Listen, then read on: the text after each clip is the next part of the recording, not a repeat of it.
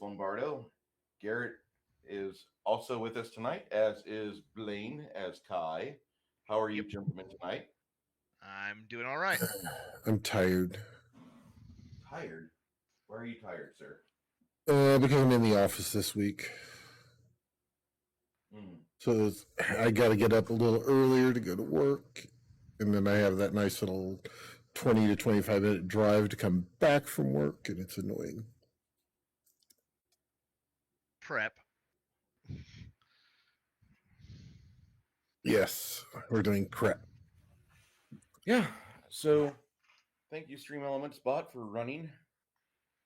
And for those of you that are just filtering in, we thank you so much for joining us tonight. We are going to discuss just a simple, not so simple thing, and that's going to be getting ready for when that group of people hits your table, be it real or virtual. Garrett, why don't you start us off on how you prep for that magic time, if you don't mind, and take as much time as you need. Uh, I mean, it all depends. It depends on if it's something I'm running off just off the top of my head, or if it's something that I'm just that I'm actually doing like a module. A module, typically I'll read through it, a day or two beforehand, just so I've got a good idea of what's going on. If I'm doing it off the top of my head, I literally play it off of what the players want to do. I know, I know, I know point A is where we're starting. I know point B is where we need to go.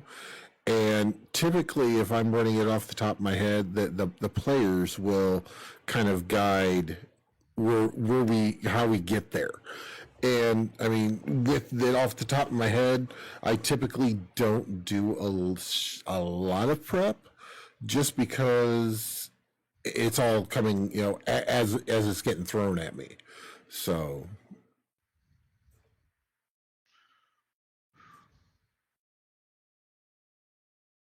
So I gotta that's ask, all I got, Bruce. you don't really do a lot of prep, you say. So you pretty much just set a time and you set an agenda for the players to try to get into, and then you just have your Correct. hands completely off the wheel. Well, I mean, I've got my hands on the wheel. Like I said, I know where point A to point B is, and I know how I want to kind of get there. I mean, I've got a few things, kind of thought, in my brain, but it's the what is it? The illusion that they are the ones controlling it. Okay. So you're pretty much gonna go at it from the aspect that these people are committed and they're gonna be here at this time, Yep. and we're gonna play, and you have notes from the previous game, and you have an idea of where you want things to go from there, but Mm-hmm. you really don't try to influence where the navigation goes.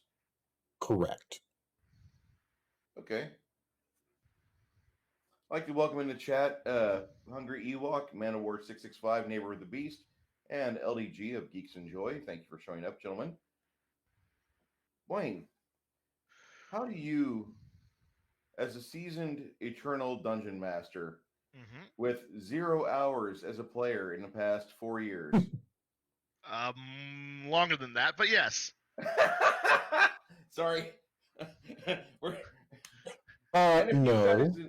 in the chat world, if you guys know of a campaign needing a thinking player, please hit up Blaine in the comment section, and we will get in touch with him so he can get in touch with you, because it would be nice to see him be a player again.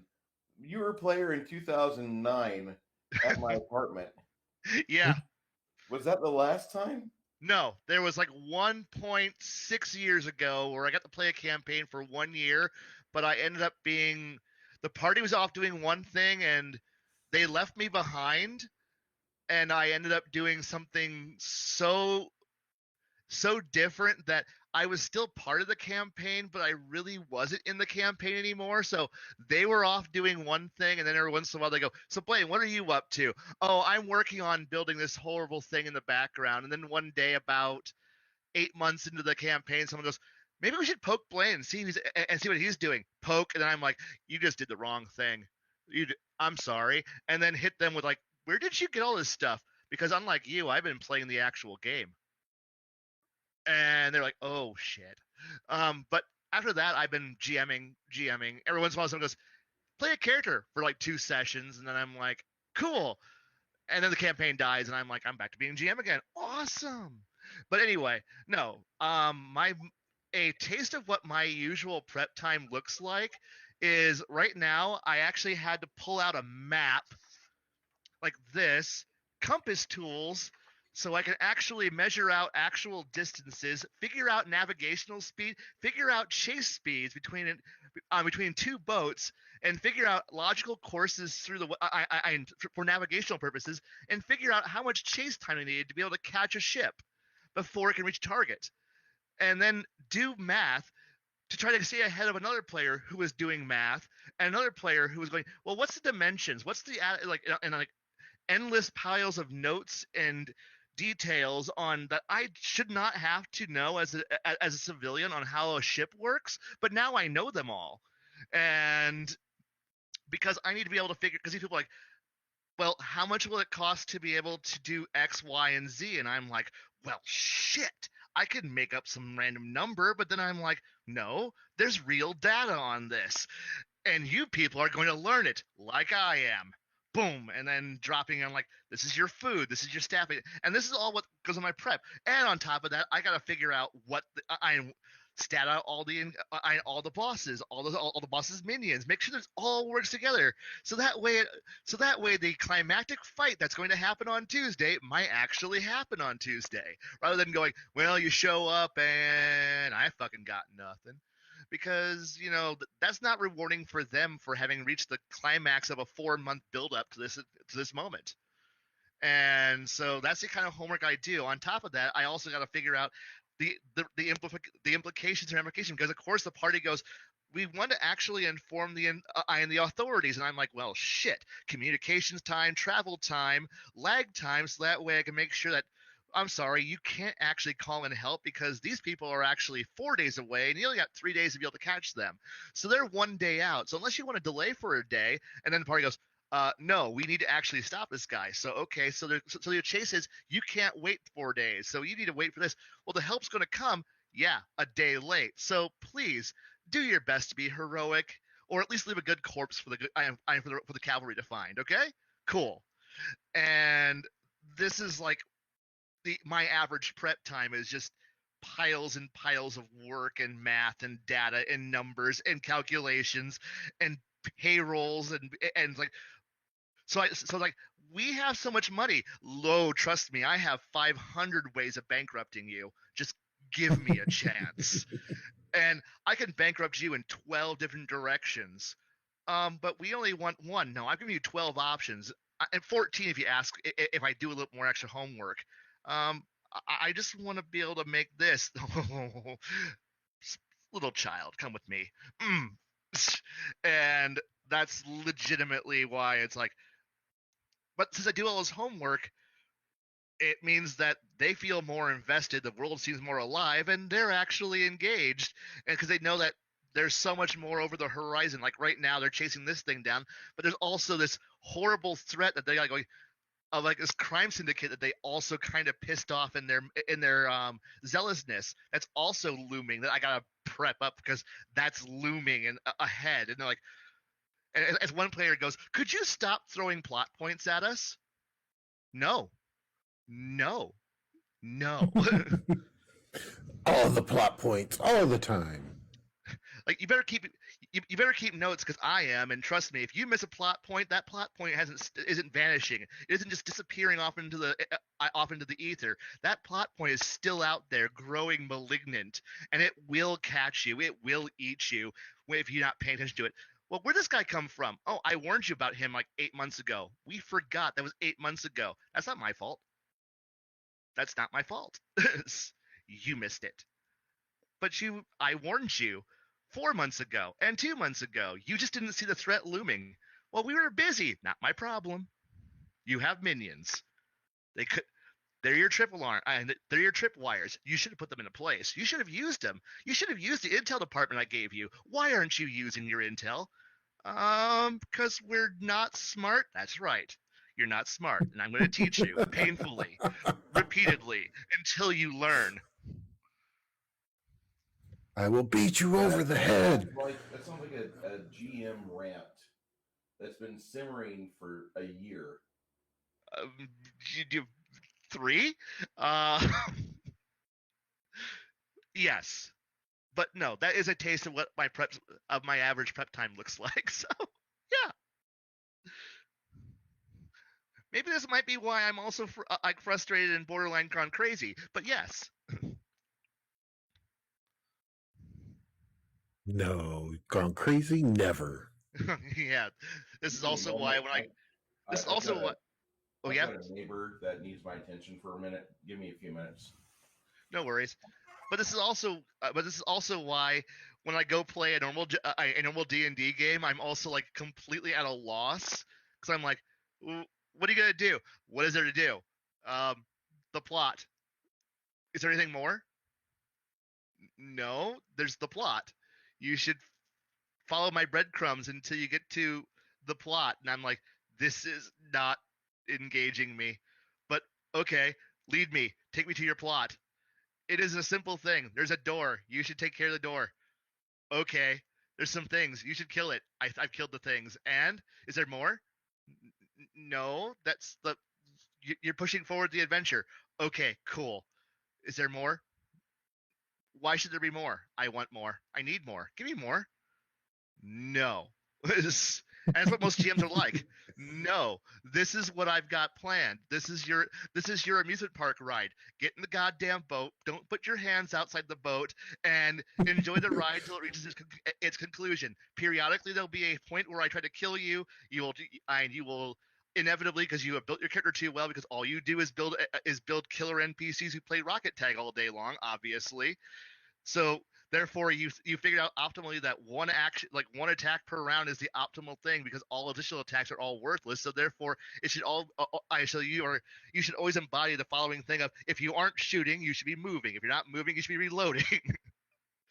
And continue this thing, and that's why would I want to play when I have 3 actions? Why would I want to play something that requires me to stand still, fire well, fire okay, fire ineptly, or fire once and then move, reload into cover, and then move this? I can do maximum damage. Well, I can cast one spell and move. Congratulations, you're not cool. You moved out of cover. You cast your spell. You're still you're vulnerable. I'm now going to snipe you. You're going to die because I'm going to hit you with more damage than you can soak, or more damage than you're going to be able to go cast through with my. Oh, I'm hurt. Therefore, I can't really cast magic. That's the whole point. And watch people fall over bleeding and dying and screaming in piles because that's what you do when you're a player. You kill people and you move on. And they're always like, why did you build a character like this? Because that's how you build a character. And they're like, but that's not fun for us people who are like sword and board characters. Like, that's not my problem. That's not my problem at all. It's like fireball, always fireball.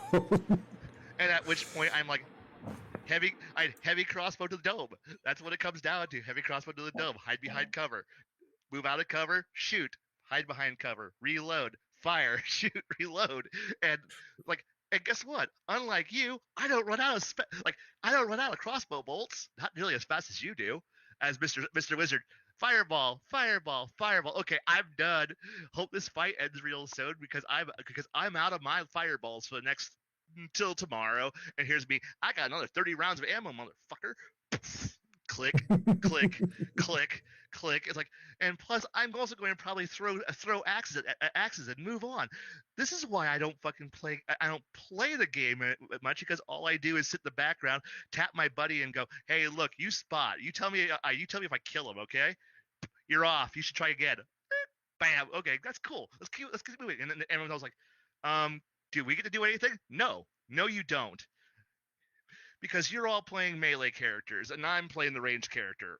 This fight is mine. Go away.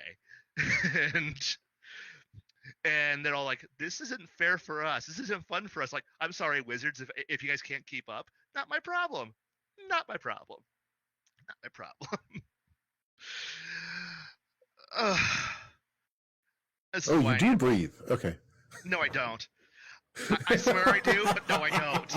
It's just simply I speak fast. I speak until I'm done, and I don't stop. I'm sorry. Like I said, it's just fireball, Appreciate you doing that. fireball. Nothing What's but that? fireball. There's times where you just need to really just almost anticipate for the worst possible situation, and when things start to roll, you've over prepared, you realize, and things don't really work out that way. Oh, that's it. That is the other thing I'm preparing for this thing, for this next adventure. I'm also preparing for trying to recreate the.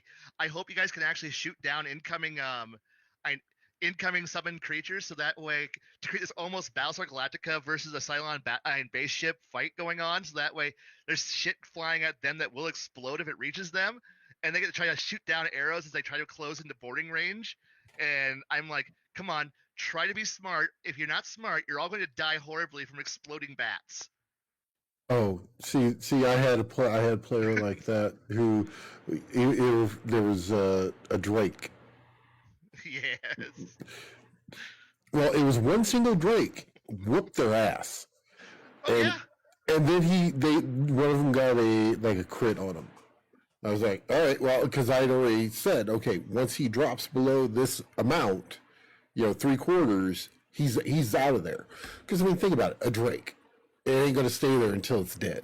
No.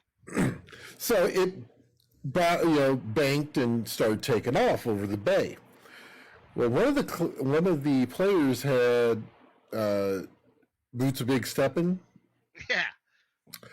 right onto the back of the Drake. I gave him 5 rolls not to fall off this thing. Guess how many he made? 0. 4. 1. Ah. One. Because he grabbed one of the bolts that was stuck in him, and it actually did a barrel roll. To me, if a bird has something on its back, because I've seen actual birds do this. If something's chasing them or coming down on their back, they'll do a maneuver. It is a maneuver, and try to get away. But that's the whole thing, is that trying to, I kind of took real world physics into it, and he wound up falling off about 1,000-foot drop into the bay. Nice. Nice. It doesn't matter. At that point, you just go squish. Well, he was a bard. I gave him a reflex save to try to, not take as much damage as I had rolled.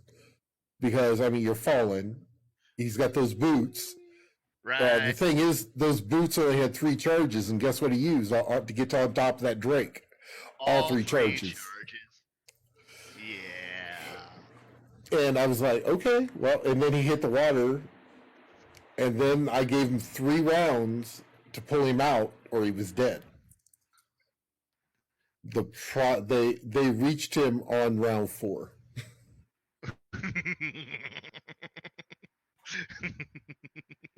Yeah, it was amazing. I can It imagine. was ultimately amazing. That does sound like it was fun. Blaine, did you see what happened a couple Saturdays ago with me, or no? I caught it on replay. Okay. And I rather enjoyed how it played out. So yeah, that adventure entertained me on one of my truck trips. So yes, that was playing in the background. I couldn't watch, but I could listen. Okay. I mean, that's all you really had to do is listen. Yeah, I was trying so hard to let the players know, like, guys, you don't gotta do this. This is a bad idea. And then the dragon spoke, and the players were like, "Well, let's get this over with." And so the dragon's like, "Okay," and they went for their round, and then the dragon breathed lightning, and there's 3 piles of ash. Yup. I'll admit, I laughed at that point in the truck. So So you're actually having to downshift and upshift and learn how to drive that big nasty thing. actually, I was driving a box truck that day. So yeah, I was just I had it all just playing in the background while I was laughing on the interstate. So You're welcome. mm-hmm. You were welcome. I really enjoyed that session, but man, I tried so hard to keep them alive, and they just were like, "Nope, we have chosen death." Look, there's a certain point that even if you mark the minefield saying there be mines here, they'll still walk into it. Yeah, they don't believe me. No, You they wouldn't do don't. that. No, like You last wouldn't session, do that to us. they literally walked into a place where I pretty much told them that it's going to explode, and they just went. And you wouldn't blow up the entire place on top of us. Yeah, I would. I spent like an hour warning you that it's going to explode. Everything's going to explode. The guy you're chasing is an explosives expert. He's a demolition specialist. You're going to die. And they walked in going anyway, going, we're just going to loot his laboratory that he's abandoning. And I'm like, okay, bye. Click. Yeah, and I see the players doing the things they do after they've had ample warning, and they think they can beat the odds. We're heroes. We would never die. Oh God. Uh-huh. No, we had one of those already. Yes. I almost want to borrow Carl and Robert from Illinois and bring them down here to teach the players some lessons, but I don't think I could do that because Robert would start looking around, asking people questions, and he'd be like, "Are you guys hiring? Are you guys hiring?" And then he'd drag his wife down here, and she'd be like, "Oh my God, it's warm," and they would stay. And Illinois would lose a qualified guy for whatever he does. He's back in teaching again, right? Mm-hmm. He is. Proud of him. Tim Christ says, I took an idea I got from Knights at the dinner table, had a door labeled the room. This door leads to certain death, and half the party still walked into it. Yeah. Yeah. What is it? The room with the orc holding the pie? I mean, that is the world's smallest dungeon. Mm-hmm. But the good thing is the pie is delicious. Tastes like shit. And you're right. Shit pie. And Tim Christ is right about some players don't believe there's a box. Yeah, you're right there. Some players don't.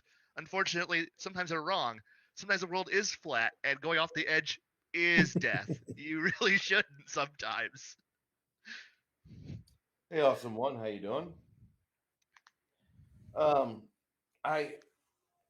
For my games, I typically will just listen to the stream before, and I'll listen to what the players did.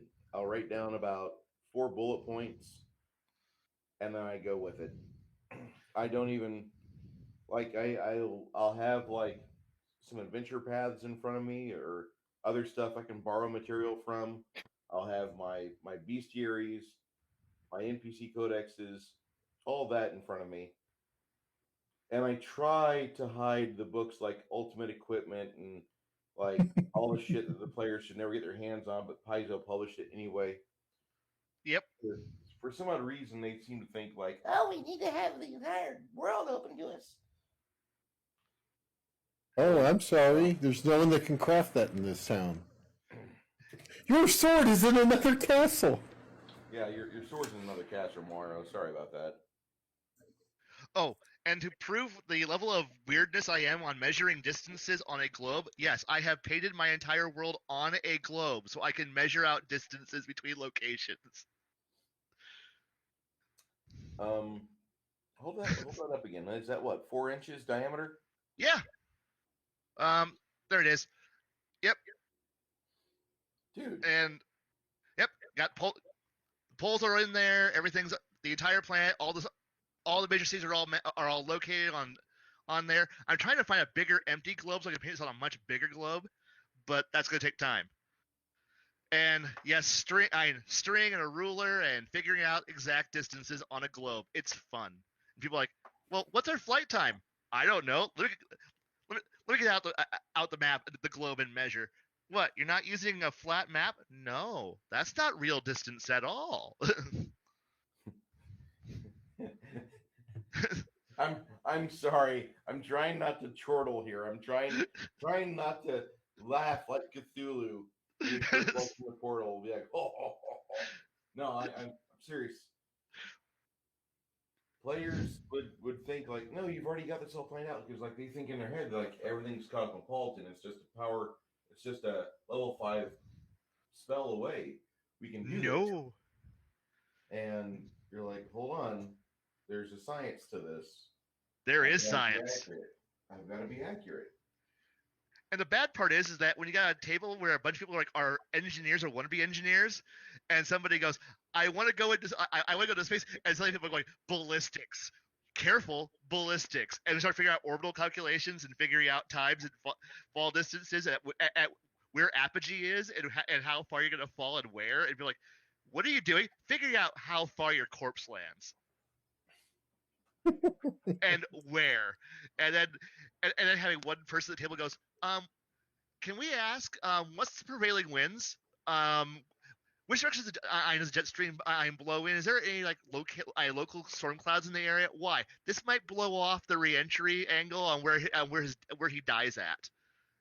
And like, why? Because we want to know where his gear is, so we can pick up his body. Are you gonna bring me back to life? No, we're not going to bring you back to life. We just want to know where your stuff is. We are going to be loot goblins. That's all it is to it.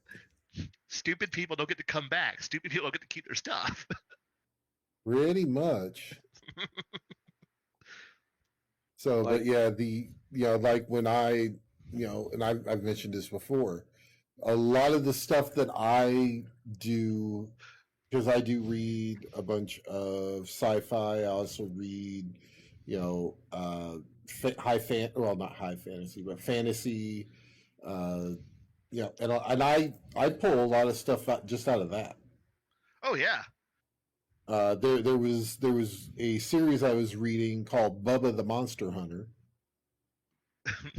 and Okay. And me, I saw that, and not ever hearing of this before, I thought it was related to Monster Hunter International.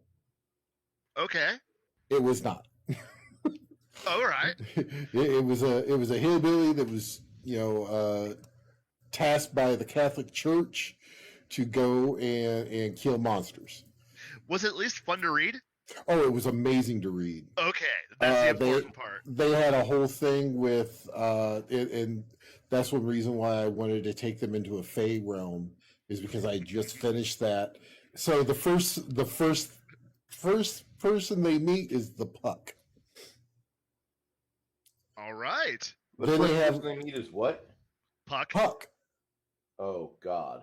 Yes. And the way I had him, he was the messenger between the two courts, because his kingdom lies right in between them. Oh, okay. He is the king of the Lost Lands and the Lost and Dead Lands. All right, I can see that. And basically, once they traversed back into the realm of winter, they came across a wolf, and it was running toward them. The party freaked out and killed it. All right. The person that got the last kill looked, and it had a ice blue collar around its neck. Unfortunately, that player failed the compulsion check to put it on. I can see fun happening here. Oh, yeah. She then became Nab's Queen Nab's puppy. Oh, we also had another one when they met the Puck. They all introduced themselves, and the Bard introduced herself, and it says "at your service." And I stopped. I stopped the game. I said, "You don't really want to use those words, right?" And the Oh, no, rest of I'm the using party them. was, and the rest of the party goes, "No." She goes, "No." I feel I have made a mistake. Can I retract Yes. that? Yeah. Well, that player in particular had never read anything about the Fae. You know, a lot of the background of it. They had no clue. She's very new to gaming. Hey, So at least I gave her the mulligan on that one. then So you did the right thing. I mean, yeah, like you don't punish the new people for making mistakes. You punish the veterans for making the mistakes. exactly. And basically, I told her, I said, you never want to use those words to a Fae, especially a Fae Lord, Yes. because he will tell you to come stand over here, and you will come stand over there. And actually, I did that whole thing where come stand over here, and I go, now you want to retract that, right? The at your service. Yes. Yeah. Yes. Yes. So yeah, and truthfully, you can take any type of fluff from anything else, Oh, even yeah. if it's out of genre, and throw it in there. I mean, hell, I had Harry Dresden as the Winter Knight in Nab's Court. And it was, Well, and it wound up being really cool because we had a gnome wizard, and he was casting. They had a press off, and yeah, it was pretty spell off basically, and yeah, it was kind of cool because then they got in a whole discussion about talking about how the gnome could cast without saying anything. There's just hand signs. And he said, "I've never seen that." So I mean, it opened up. I think a lot more fun uh, for the actual players. If oh you yeah. if and truthfully, I just finished Monster Hunter International, the last book, and there's one thing in there that they say about hunters. This does not give anything away from the books. Is that hunters have to have flexible minds. And truthfully, I think the players, when they're sitting at a table, they also have to have flexible minds about what they have. So, it's that's the big thing, is trying to make sure that they're not so, rigid at your table, that they're the what I like to call the rules lawyer. Even the rules lawyer can have the flexible mind about things. Oh yeah. And that's exactly what I try to shoot for, because I tend to try to take the rules lawyers down a little bit. That's just me. I've actually kind of I would like to go after my rules lawyers, but when they're being obnoxious about it. But I also like when the rules lawyers use their powers of evil for good. When Wait, it's like, when you say the rule lawyers use their power of evil for good, you realize you just said that. yes, I did. Okay. But the thing is that I have somebody at my table where he is a king rule lawyer. He likes that the engine has to at least support what you want to do. So I had he is almost my governor. If I am able to run without a governor, I will just strange things will happen because I will play at exalted level no matter what game engine I'm playing in. It will be over the top heroics. You will be playing Chinese kung fu, wire fu, Hong Kong cinema from the 80s over the topness, and then he's sitting there going, "No, we're playing Dungeons and Dragons, man. You gotta like there are rules," and I'm like, "I hate rules." God. And then he goes, "Now let's play with the actual rules," and I'm like, reality and rules suck." And he goes, "Yeah, I know, but let's see what we can do." He's my co-GM, and so when everybody else goes, "I have a stupid idea, I want to do this," and he will like literally lasso them, drag them into the I am back down and go, "Now let's go see what the rules let you do." And then you find out that what you think actually has rules. It has somebody's already thought of this. Somebody's actually wrote this all out. It may not be as awesome as you thought, but then you realize everybody else is also operating on this. So if you just take what you thought was amazing and then just lower it down a little bit, you can still be amazing as long as everybody's on the same level. And so he has managed to curtail my over the topness and make me actually appreciate rules? Question mark. And so it's actually kind of this fun interplay between him going, so it goes, "I have a cool over the top idea," and then he goes, "Figure it out," and then he figures it out. It's actually kind of nice. And so he uses his rule lawyerness not to dick over everybody else, but to go, "Be awesome with the rules."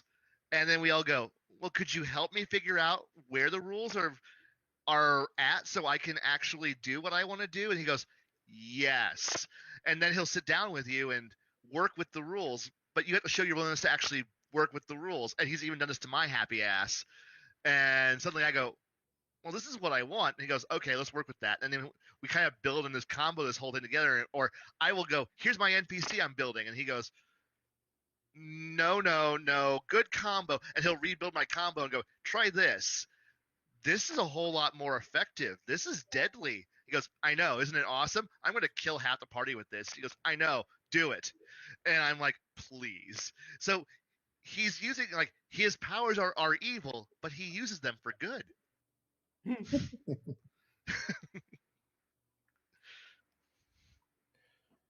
Also, if you guys like what we're talking about, go ahead, give us a like, share our content. If you want to subscribe, that's great. It's Comment. free. Feel free to comment. I will play off of those comments happily. Yeah, I didn't have any comments from last week. Shadzar was absent in his duty of being the Troll? the troll, the heel, Yes. which I love. He said being duty. here. Hi, Cal. How you doing, sir? He said duty. He said duty. Yeah. Okay, so when we're getting together and we're doing stuff, Darth Thick, that's like saying the necromancer's here to help. He Well, is. you can raise No. your family, they just have to be buried into pretty close to each other. No. See, the necromancer, what he's do is to come and ask you about your body's extended life insurance. Do you have a plan for what you do after you're dead? It's important. I want to know if I can use your body after you're dead. Is that okay? Sign this waiver. That's usually where things go downhill. Don't ever sign waivers blindly. Read every line. Do it. Do it. I'm paying for true resurrection. I don't need a body. Please, you can use my body. You can use my body for horrible jobs now. Okay, cool. Well, Like sometimes. a lot of the stuff that came out of Deep Magic from Midgard Press, a lot of people want to use it. And I look at that book and I'm like, I have to rewrite every one of these spells just to make it fit. Yes. What they do in that book versus fourth level spells for Pathfinder, or even fourth edition spells for or fifth edition spells for D&D, they don't really compare to Deep Magic spells. Deep Magic has a lot of spells that require some fine tuning and some mechanical work because they just don't really go well. Noted. I'll keep my eye out in case somebody goes, "I want to try that," and I can tell them no, or with work. One of the spells at level 7 conjures ballista that gives you your hit die and your intelligence to hit a ranged touch attack. Yeah, Mm, yeah, something sounds suspicious there. yeah. It doesn't quite flow right. I'll just say that. Does it? Does this same company produce anything so that way the non-casters get to feel cool too? I don't think so. I think it's all campaign stuff. Ah, because They that's the, they publish Midgard. cause see that's one of the biggest red flags I always have when if is that it's cool the wizard gets to do all this cool stuff, but let somebody else have fun too. Sorry, Well, if they the are good friends casters. with Dreamscard Press. Ah, okay. Are you familiar with Dreamscard Press? No, but I should look into them, shouldn't I? They have a martial combat system that is based on the Book of Nine Swords. Oh, Oh yeah, that right there, it's off the table. Done. What? Done. No, okay, I will take back one thing. There is one ability out of there that I will allow. What's was that? It's the unarmed strike, where it takes it up a die. That's not bad. Superior unarmed strike. So, well, no, it takes it up one size level. That's cool. I mean, to me, yeah, because it actually will keep the monk actually using his fists. I want to And make then punching more more viable for everybody. well, my big thing is with the monks. Typically, once you hit about 10th level, you're kind of your stunning fist doesn't do anything. Nope. You know, a lot of your earlier one trick pony type stuff is taken off the table, and there's not really a whole lot of cool stuff that gets replaced. Well, I we talked about this a little bit last night in Max's stream. And I we missed were the talk- first 2 hours of that. I'm sorry. You're good. I after Heathen Dogs, after I gave the money that I gave, I'm like, my brain was going to explode, so I had to. So some refresher other would be stuff. nice. Well, basically, what Max and I agreed with is that you should never not be pulling things that you like at the table from other games. Like, say, fourth edition Shadowrun had some really good skill usages, and you want to bring those into your D20 Modern. And if you can figure out how to bridge that gap between the mechanics, do it. It's not hard. No, it's not. It's not impossible. No. And truthfully, for most of the major stuff, they've got conversions. Exactly. I- And go ahead. I laughingly joked because of all the April Fool's jokes that Catalyst Labs has put out over the years. They put out a D20 module for BattleTech, and I was like, "Oh, please God, yes!" And then but then they also put out a conversion to convert Shadowrun into BattleTech. I'm like, "Oh, so I can now bounce between all these conversion rules, and now I can convert this into this and this and this." And someone's like, "Could you shut up now?" Like, no. I'm going to have a Shadowrun mage running around now. Thank you very much. And they're like, "You can't do that." I can now. And they're Oops, like, a portal spell screwed up. up. A He portal just took out spell. an Atlas. And that's what, and someone goes, that. So you're telling me that thing over there, thump. I think it's a little higher, CR, a little higher than what you can deal with, but go ahead, try. And they're like, "Oh, this isn't fun for us." I'm like, "It's fun for me." And it's always that, Go ahead. and Go ahead. just having that little thing in the background going, saying, "Please think you're the greatest thing in the entire universe. Please, I have bigger toys I can pull out at any moment, happily." And that includes the Traveler D20 conversion. So please, just try something stupid, and I will do all the conversion work. Oh, I went to Pac-Man Yes. with the what is it? With the spinal mount. Yes. What happened? I can't remember the name of the ship, but it literally looks like a Pac-Man. Yep. It's hilarious. And it I has love it. a spinal mounted gun that is just crazy. Yeah. It's crazy damage. And then when I had somebody go, wait, D20 Traveler, I'm like, wait, do you want to make your character via life path? And they're like, uh-oh, no, I don't. No, I don't. I'm like, yes, you do. Yes, you do. And they all look at me like, please, could you just stop? Can we just like be normal? No, normal. I'm thinking of that meme where the kid's in the back seat screaming, "Ah!" and the mom is going, "Why can't you be normal?"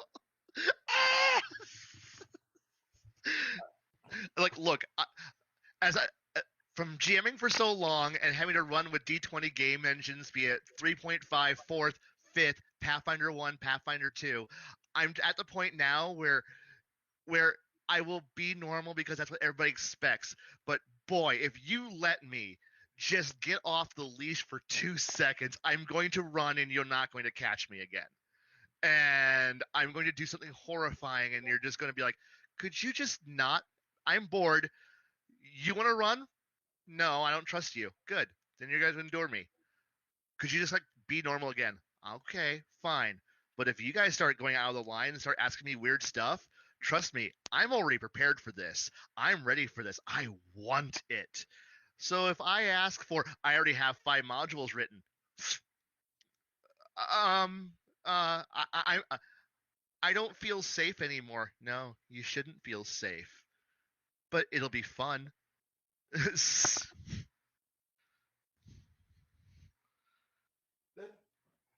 That's the thing. There's a game that kind of embodies and it wraps all that together. It's came called out in the GURPS. last- What? It's called GURPS, and I ignore it. GURPS is like the first that I can remember, although it wasn't the first actual multiverse that I think was published. But it was the RPG system that you could literally pull fantasy into sci-fi into transhumanism back Yeah. into steampunk. You do that. Yeah. Yeah, the game that I play, I've only played GURPS a couple sessions, and the DM had a rule: you could play because it was a Star Wars, Star Trek, Star Wars setting with Star Trek races. Jeremy? One guy wanted to play a Vulcan Jedi. I knew that was coming. Oh, no. In order to play the Vulcan Jedi, though, he first had to play a Klingon Jedi. You mean a Sith Lord? No. He had to play a Jedi. He took every. Oh, it was great because he took every single flaw he could to try to balance everything out. So he was hunchback, one eye, albino, disfigured leg. I mean, it was just all this stuff, and yeah, it didn't last once. It didn't last. The second session, he was able to play the Vulcan Jedi, and yeah, after that, it just kind of fell apart. I agree. Kender, look, if a player came up to me and said, I want to play a Kender, I will tell them yes because I know they've already read the books. So they'll be able to play a Kender right.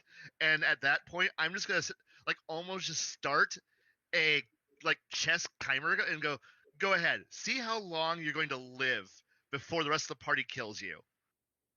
And I will encourage them. I will be the happiest man on earth because someone's going to play a Kender, and I will just be like, go ahead, try it. Just see how long you can do it right.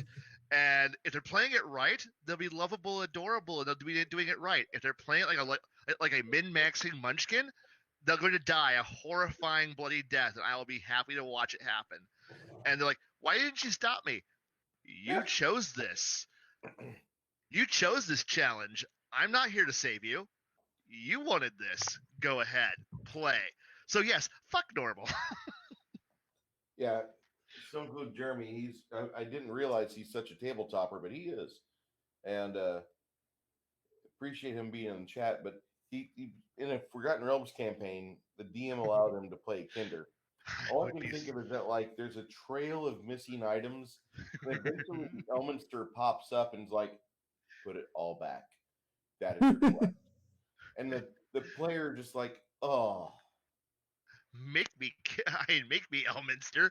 Make me.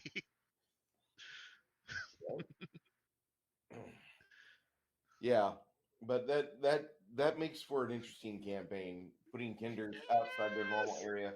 I'm not all for putting characters outside their homeland areas into other campaigns. Like, oh, I've got a Forgotten Realms game, but you want to play an Iron Forge? Go ahead. No, I'm not into that. No, it has to be within reason. But the thing is, Yeah. Kender are close enough to halflings that you could actually justify one showing up. Yeah. And plus, for some reason, players have to be some some elf plus flavor, temperature, location. And it's like, are you I don't know, what kind of elf are you? What color, skin, hair, night, high, day, dawn, super gray? What elf are you again? You're an elf. Okay, cool. I don't even care what book you came out of, because obviously you're just some kind of weird elf flavor thing. You're a weird hybrid. Nobody knows what you are because you're just an elf. But I'm a special elf, I'm sure. It's like saying you're a special human too. I don't care. They're so damn common. Like they're just like, we're infested with fleas. I mean, elves, just go. Ah. You might as well just run an entire elf campaign where everybody's just playing their own different race of elf. It's just like an elf UN that's happening over here, and they just all kind of wander around. Because if you, for some reason, players without talking to each other will all make elves. Why? Because we all have low light vision. So we don't have to worry about torches. Okay. And we're all long lived. Okay. And we get this and this and this. Ah, fuck. Okay. Everyone's an elf. Except for that one guy goes, I'm a half orc. Oh, half orc what? Half orc elf? I hate you. I hate you. I hate all of you. Or they all go, we're just playing 400 weirdo races that came out of, obscure race book number 42. And I'm like, so you're from the Forgotten Realms, but you're from garbage backdoor dump. Like, so you're from the village behind the dumpster at Walmart, and you're from the jungle race. You're from Asian land. You're from the sea people. You're from the mountain people. I guess you're all together now. Whatever. And the one goes, I'm playing a human. Thank God. There's one of you. There's got to be at least one of you who's human. I want the extra feet. Of course. That's why we all play the superior race. That extra feet at first level. I love the Forgotten, or not Forgotten, I love the Lost Lands main campaign book. I have the world book for that. And even World Anvil has all the different race things that you can get just for being a different type of human than somebody else, which there's like 13 or 15 in this campaign. It's a lot of choices. Bruce, I do have to read this joke that one of my mods put in my Twitch. Uh-oh. Go ahead. Oh no, go ahead. I went to my premature ejaculators help club today. Apparently the meeting is tomorrow. Okay. Wow. I'm okay with that one. That one flies. Yeah. There's some good dad jokes out there. Oh. Well, this one's even better because it's an English dad joke. Because he's from England. I don't know. Even though it's like almost 2:30 in the morning. That's okay. It's only 8:30 here. What are you talking about? I'm talking in the UK. Oh, that's true. Hello, UK people. We hope you are watching this and enjoying it, be it after the stream or during.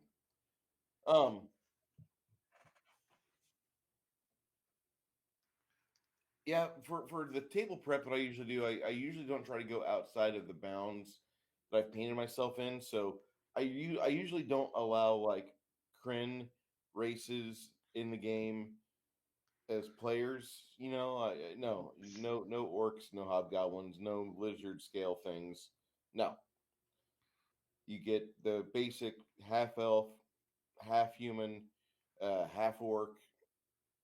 You get the basics.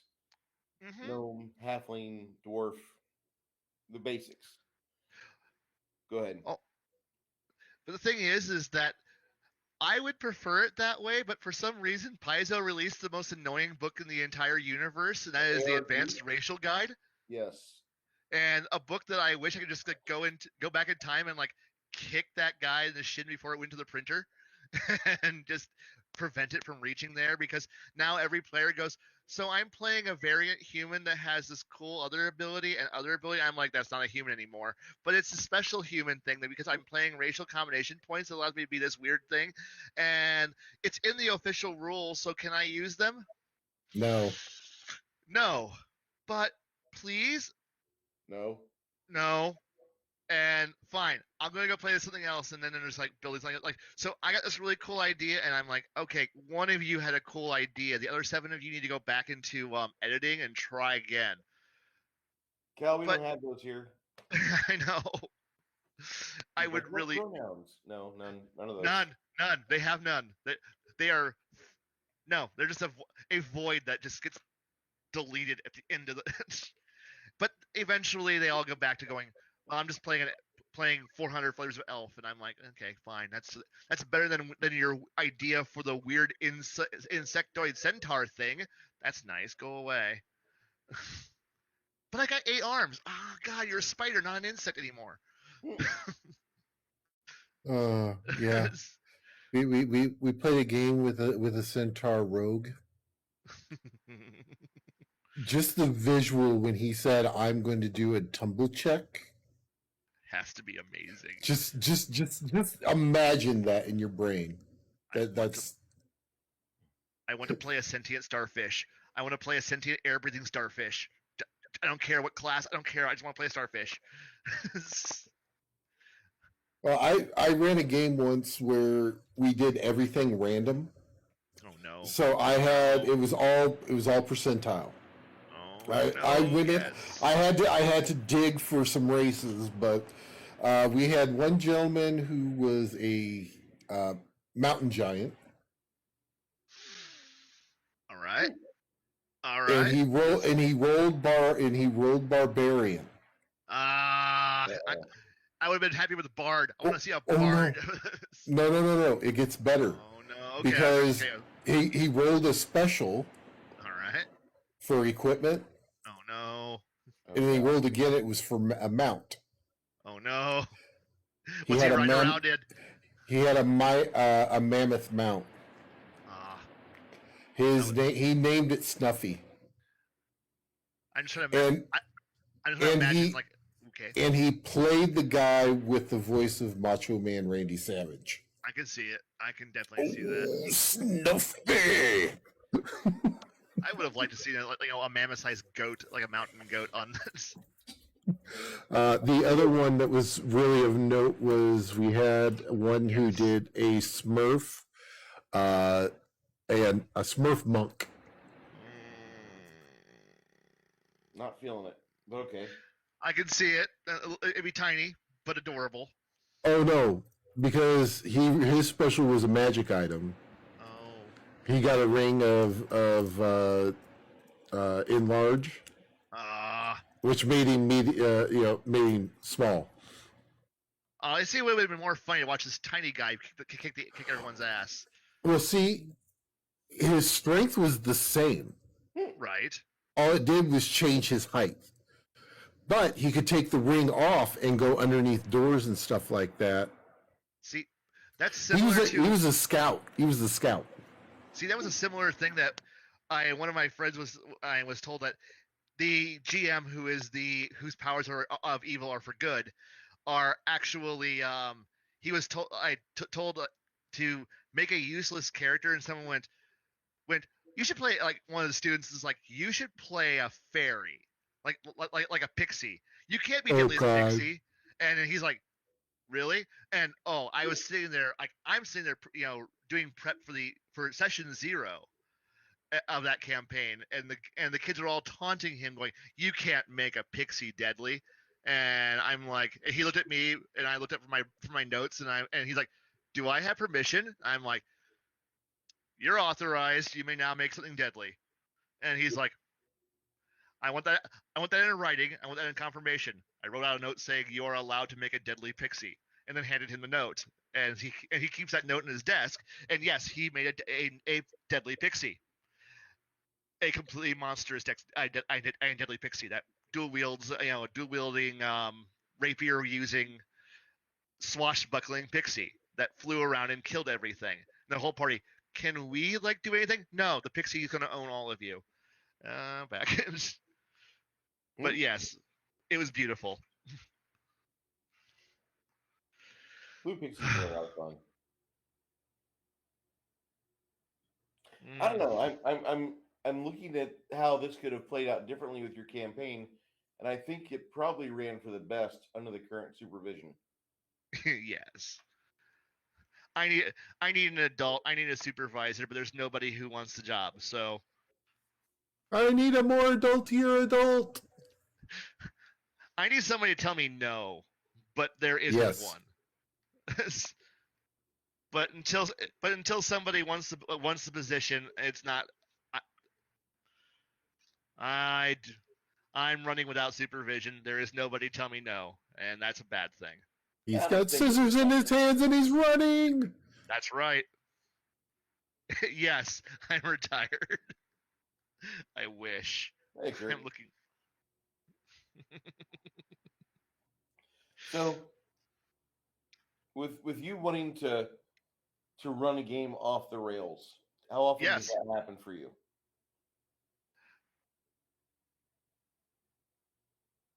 Once in a blue moon. Most of the time, people self-regulate. Actually, I've actually discovered this weird. I don't want to say a theory yet, but players think they want to be crazy. They want to do over-the-top things, but they actually self-regulate themselves at a certain point. Like when they realize what their limitations are by the game engine, by what they can do, they'll limit themselves. It's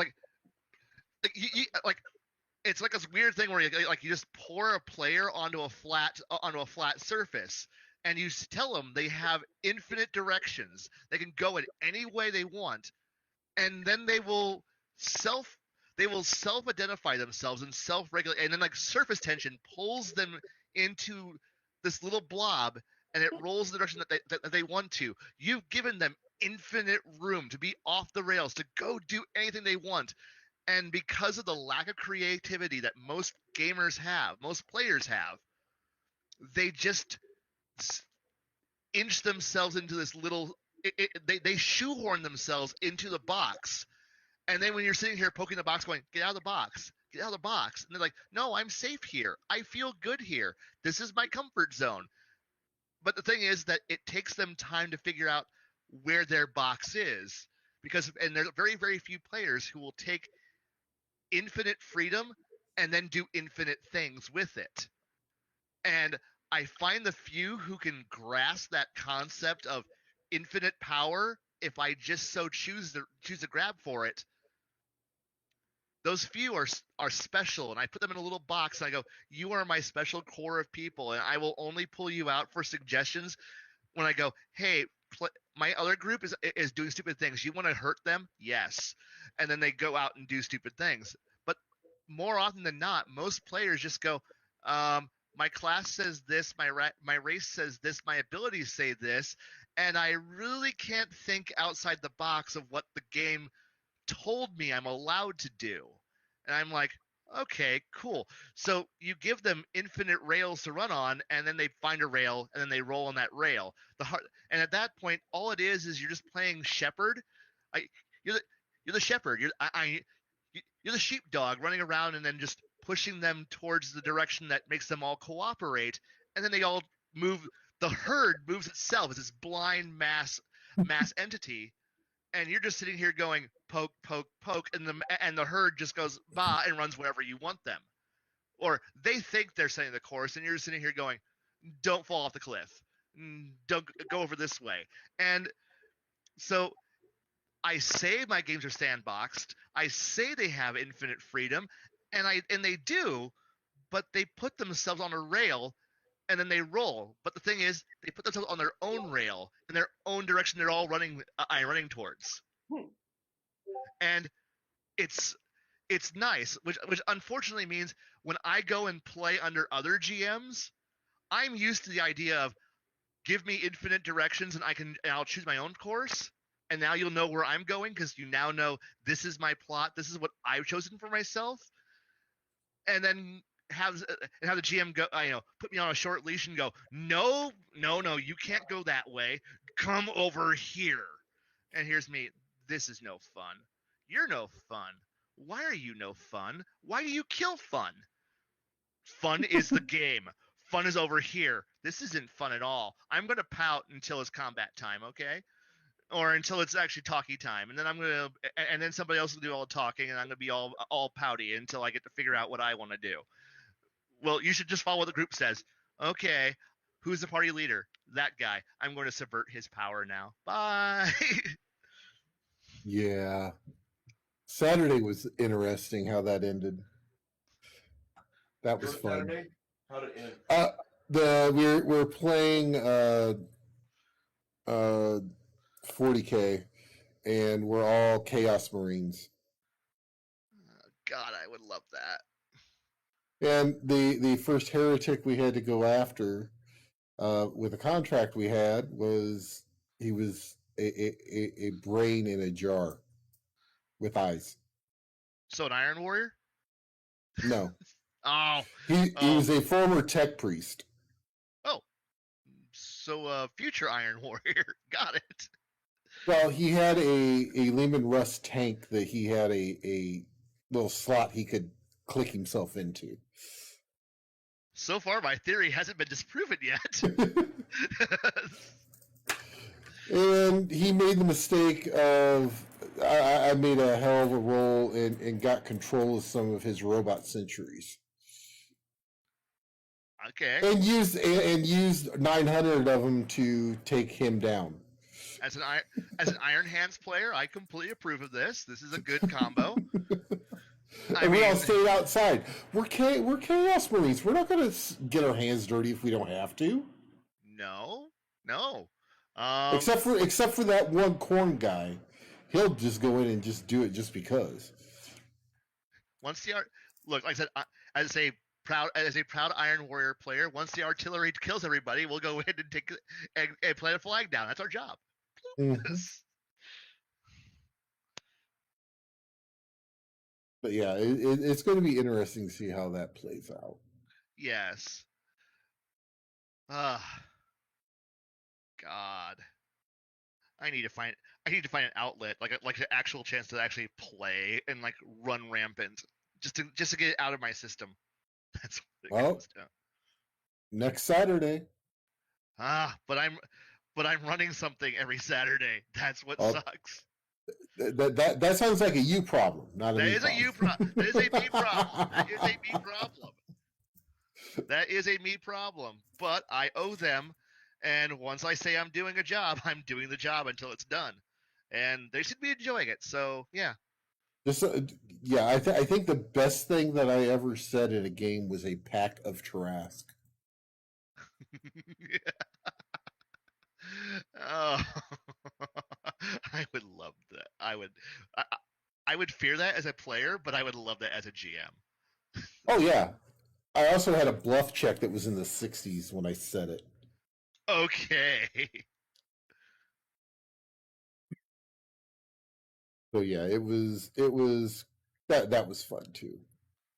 That was a good one. That was one of them there Gestalt games. Oh, yeah. I can see that then. That'd be fun though. A Ranger Rogue. Very worth it. Very worth it. Sorry, I'm going quiet now. I think we lost Bruce. Bruce? No, he's on mute now. I was There on he mute, is. and I apologize. Here I am talking, and I'm boomering it. Oh shit! I better hold on. Let me. Hey, hold on, I got you, Bruce. Earth Dawn. I already drank. Oh shit! I need to stock up so I can get in on this game. This is a dry house now, and it sucks.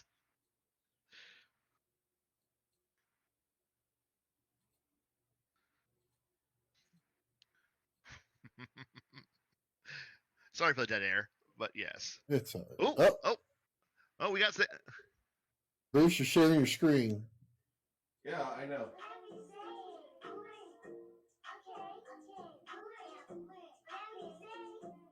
Okay.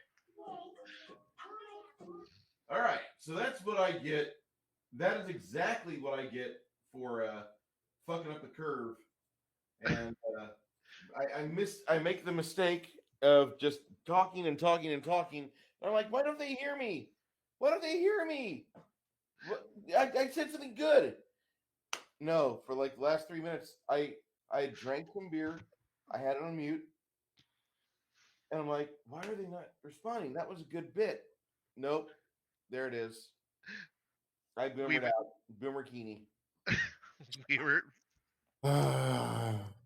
Okay, so no, I think it's pretty important for you to be able to have the players kind of given their own, like they shove themselves off the cliff. Yeah. Blood. Let's go. Ugh. And there goes fucking Rosebud. All the players involved, and they're doing it, which is exactly why, like Kurt's like, I live for chaos and games. Well, dude, you should have been there on Saturday when the party said, we're going to go through this teleport and see what's on the other side, because we don't really like this campaign that you've got us on. Obviously not. What? Obviously not. They're just jumping through portals for random reasons. Yeah, I know, right? Instead of analyzing it and trying to get a whisper from it and seeing exactly where it echoes back from, no, they're doing funky shit, and they're asking these questions, and I'm like, you don't want the answers for that. And they're like, well, we're gonna jump in this portal. Well, there's a big blue dragon on the other side and his minions. The minions are there laughing at you because they know what happens at this point. And 3 of the players, half the party, died, which was absolute joy. It is joyful. You made a mistake. You didn't make a mistake. You thought you knew better for your character in the game. And I knew it was going to happen, and I was trying to dissuade you from your current course of action. And now here we are rolling 4 dice 6 as they fall, which I right. think that okay, fine, but there's going to be some penalties along the way later on. Go ahead, 4 dice 6, drop lowest to range as desired. So, yeah, I hate doing that. I would much rather have the random bullshit happen, but people don't want that. They're like, oh my god, 3 dice 6 is too hard. Oh god, 4 dice 6 as a fall is too hard. Cool rulebook is too hard. See, what I do is 46, drop lowest, reroll ones, just because. And then I've thrown in one extra. If you roll all ones on your first roll, it's an auto 18. If you roll all 6s, it's an auto 19. Well, hell, that's nice. Since I've been doing it, I've only had one person hit the all 6s. And I've had no one hit the ones. But it gives them something to be like, oh my god, I gotta get this. You know what I mean?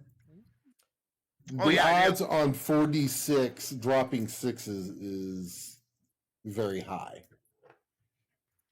Hey, Gorilla Red 85, how you doing, sir? It's like, never tell me the odds, but I just did. Yeah, the odds are not in your favor, but go ahead, keep trying. Yeah, it doesn't work out well for the players on those typically.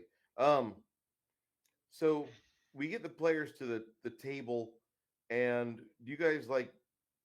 I have like 3 or 4 bullet points. I have 3 or 4 bullet points where we're gonna head or what's gonna happen. And if you succeed and you actually get all 4 of those things check marked and the items that you had to fight are beaten, you do get a pile of XP. Yeah. You also get a potential chance to have treasure that you wouldn't have normally. Mm-hmm. But that you really have to just be able to be creative. How are you going to do it? Statistically, he will beat you. How are you going to beat this guy? No, you tell me how you're going to beat him. That's what I want. And the thing is that I guess before I go, I blah. Let me start over. Words hard, late. Um, but I think what I always try to do is I'm preceding my adventures with like hints of what's coming ahead. So if you're smart, you're picking up on the clues I'm dropping. If you're asking the right questions, you're gonna find a few things out ahead of time before you go walking in to go fight that major encounter. So hopefully the player, the group has actually been able to put their brain cells, all 3 of them together, and figured out a battle plan and done a little bit of dirt diving and figured out what they're going to do before they go into the fight. But more often than not, half the party was like, huh, what's the actual battle plan? And then they all go running into the fight, and then I end up crushing half the party. They're all bleeding. Jenkins. I'm sorry, but you can have the best plan you can ever have going And then in. All plans go out the door with first contact with the enemy. And they do, because I think over the years I've had like the party put together all the clues well enough, like on 3 occasions, to make the fight actually easy. So there's always a variable that they miss. And there's always a point where the plan fails. And I like that point when they go in and the plan starts to work, and then some detail that I've already warned them is out there happens, and suddenly they're like, wait, we weren't prepared for that. Well, yes, but no. Here comes the pain, and then watch them adapt. And it's fun to challenge them and see where that adaptation goes. Though the points when they just go screaming in and Leroy Jenkins before anyone's got a plan, that's actually like almost my most favorite moment. Is like when they just go charging in, and then I can just hit them with whatever I feel like at that point. Because at that point, they've ignored all my warnings, all my notes. I'm like, well, I'm going to put this cool encounter that I had already pre-built away. I'm going to pull out from this other folder an encounter I've already run for a different group. Because now you're just going into random combat. I'm just going to pull a random monster out of my 21 folders of encounters that I've created for myself over the years. And now you're going to go up against this encounter. It's a lot different than what you planned. Wait, but I'm just going to reskin it a little bit so it looks like what you were supposed to fight, but now its tactics and abilities are all different, and now it's going to fight you a whole lot different. You're going to get much more of a butt kicking than you planned, because you're all just going in there blindly going, we're all tough adventurers, we could handle this, and no you don't. Which is also why because there's always that one player who goes, hey, can I go in there and do like recon, sneak in, do some observations, scout, spy on them. And it's always the worst player, because you never have the most intelligent player play the rogue for some reason. And I don't know why. Because it should be your smartest player. Because they have no magic, no major combat abilities. They're supposed to be smart. Go in there, figure out what's going on, but instead you always get your rogue played by, I don't know, the worst person possible, and they just go in there, go, well, now I'm in there. What do I see? This is what you do. I'm going to ask absolutely no important questions, gather no important information, and I'm going to go steal a major artifact from the room. Why? Well, I now know there's like 5 dudes in there. Do you want any other information? No. But I see a shiny. I want the shiny. I'm going for the shiny. and then the whole fight gets started early because the rogue is out of position. He tricked off the entire encounter, and you're like, why must you suck so badly? And now I get to have fun running. But if they've actually like put together at least half of my encounter, cool. Now it's interesting, and I get to play, and they get to play, and it's this cool little interplay going on here because it's a game now, and it works. But only a few players have figured out that I do have 20-something folders of stuff I've written for myself to kill them with.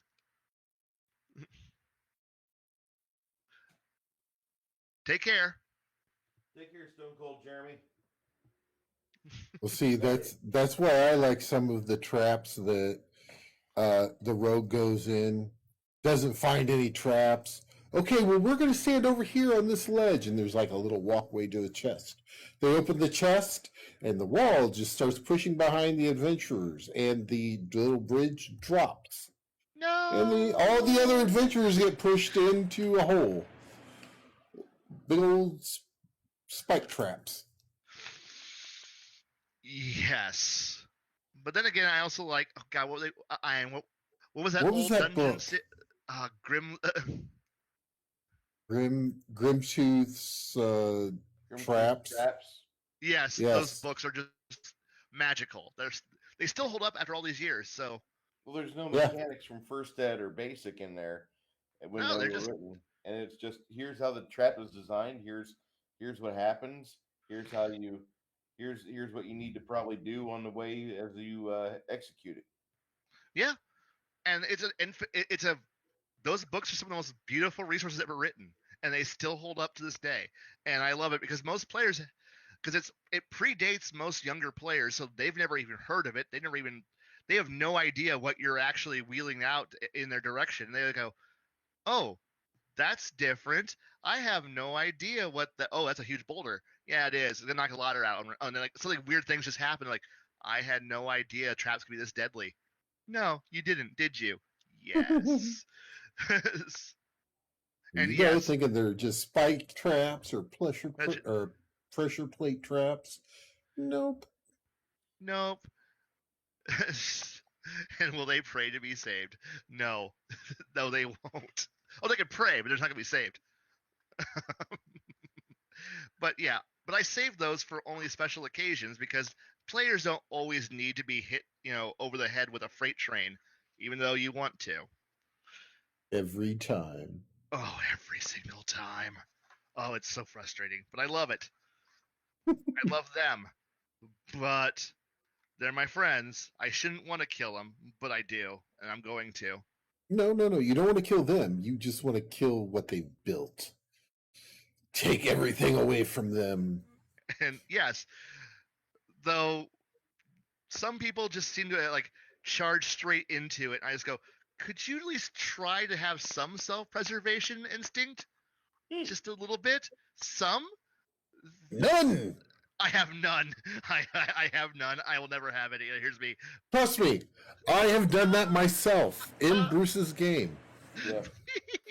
Boots of Big Steppin'. Those things are evil. In between two giants. Or ogres, I can't remember which.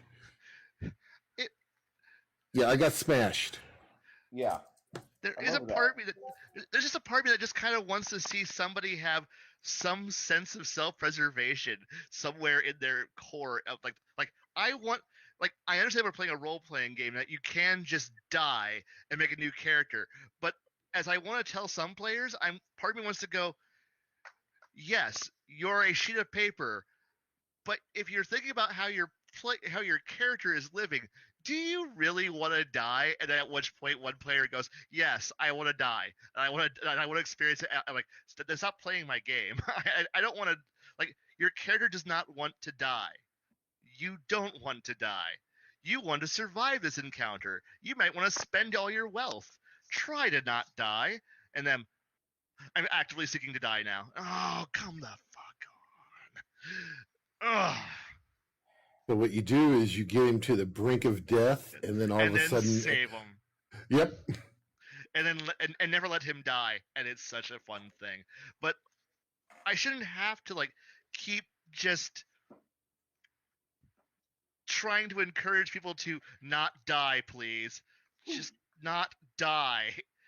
Or that's when you give them like an intelligent weapon or something like that will at one eight when he hit it as he goes past that 1 HP, it casts stabilize automatically. No, I'm gonna live. Yes, you will. No, I want to die. Please, I want to make a new character. No, because you told me you want to make a new character, I'm going to ensure that you never die. And on top of that, not only will that character not die, but he'll be taken prisoner, and you have to. That's how you're going to be playing that character now. Yes, Gorilla Red, you are so right. If the threat of death is not a threat, then there's no challenge. It isn't fun. You are right. And when a player tells me that they don't fear death, that they're just going to run into every fight with this whole victory or death, there is no in between. I will not retreat. I'm going to go into this fight with the idea that I'm going to live or I'm going to die. And I'm like, and do you have any sense of maybe I should not die? No, I'm going into this. The only there is one class that would actually pertain to. Which one's that? Paladin. Yep.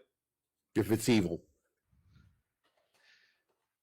If it's evil or is perceived as evil by the paladin will try to.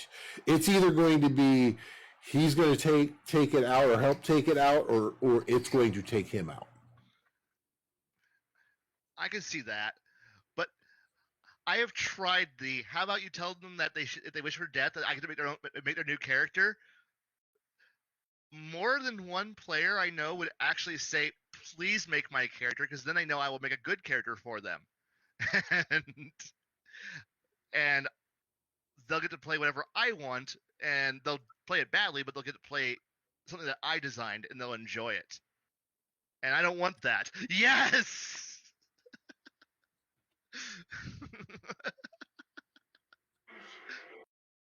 I'm going to mute that.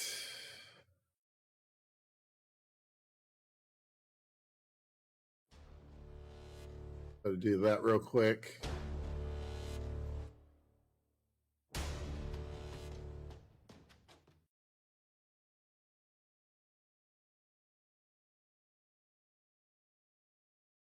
All right, turn that off, Bruce. You're gonna get me demonetized. You're gonna get me DMCA'd. And then I'll be mad. Okay, I can unmute you now. I don't have to make them a good character, but the thing is that making them play in confidence just makes them want to die more, and I'm like, it's just this weird balancing act that I just don't want to get into that fight, and it's just easier to let it just go. And I just put them in a little bubble wrap box and let them and just ignore them. It's just like whenever any fight happens, I'm just always just like, and they go fight everybody else but you. But I'm bored. I want to fight. I don't care.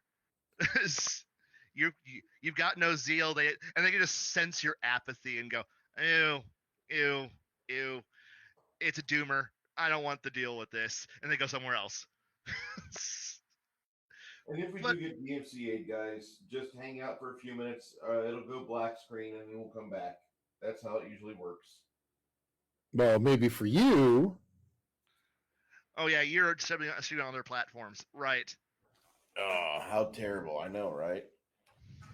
I just like that scene because that scene there, the guy is so committed to his mission, and when he fails it, he accepts the consequences. Oh yeah, never happens in movies anymore. It's like now, in a cool moment, like a climax of a story, I like that. But when you go into every fight, every encounter with this idea of victory or death, and there's no thought of self-preservation, no thought of maybe I can actually come back tomorrow and kill you later, or maybe I shouldn't expend all my resources and live to see another day. No, when they all go in with this Klingon victory or death mentality. I'm like, even the Klingons know how to run away. Damn it. No. True story. Yeah. I know. I just think that's a really cool movie, and It is. it's one of those movies that you need to watch every 6 months or so. About once a No. year. It's Yeah, on my about year once list. a year. It's right there on my list with Big Trouble in Little China. So Yeah, I watch that movie about yearly. yeah. We actually did a stream about that movie, like the 30. Yeah, it is the 35-year movie anniversary for Big Trouble in Little China, or it was something like that. Yeah. And it was crazy because, like, when you think about it, that movie is that old. It is. And then you start getting butthurt, and then it's like, well, don't worry, kids. Aliens is just as old as that movie is, and Predator's 1 year less. You're old. Yeah, we are. Yeah, we are. I'm not old. Get off my lawn. Yes, I'm old. So I just, whenever it comes time to, we're gonna get the game going. We're gonna get everything started. Recognize what your players are doing, because they're most time players going to be on time. Yeah. So reward them by getting the game started on time as well. Talk with them about what's going on between sessions, just to clarify some things. And then what I always like to do is the day before, I'll watch this stream or watch the last hour of the stream, and just listen for what was said, what was going on, what was in their heads. Like, I'm gonna have to do this in another week where I have to watch this stream, and I'm gonna write down things that happened, names that were said, because a lot of times whenever I do this, I don't do this to where I've got a plan ahead. I have bullet points. These are what's going to happen. Yeah. And I fuck up because I don't take the best notes. So I need to learn how to do that. So this looks a little bit more natural. But that's just something that I, as a GM, I fail to do. And I fail to do a lot of good things as a GM, I'll say that. But to keep a table going, just honor your friends, honor the people that sit down on the table, take good notes, and offer callbacks to those things. Yeah. Another thing that I do in regards to like notes, I will open up the next session with, okay, so who remembers what happened last time? That's a trick right there. Because then you're also finding out who's actually paying attention. Yep. Yeah. And truthfully, they may actually throw some names at you that, like you said, you may have forgotten. Oh yeah. And then you're like, oh crap, yeah. But the thing is, it also helps you. And the thing is, those players who write the notes down, their notes are actually more useful to you than your own notes ever are going to be, because they write down what they think is important. So you might have written down that, X, Y, and Z is important, but they wrote down A, B, and C. And suddenly you're like, well, and then you're like, okay, so if they lead off with, we care about A, B, and C so much more, you're like, well, maybe I should just, and behind the screen, you're just sitting here reshuffling a little bit of notes and suddenly going, well, now this is important. And you just move X, Y, and Z. They're still important. They're still out there. They're still a dangling threat that's just sitting here inching over. But now you know what they care about. And it's important. And I have a benefit because I have on Skype. I know I still use Skype because I can't get everybody to go to Discord. But in Skype and various other chat programs, each campaign has its own chat room, and the players are all week long throwing details at each other, like asking questions, throwing details, posting silly memes and artwork, because it's a chat group.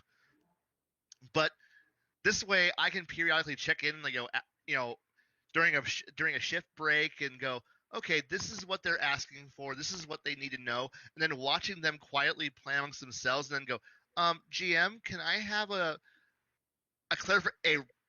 a point of clarification, please. And then I'm like, here you go. Here's your detail. And then they go back to all chatting amongst themselves. And then they'll come back.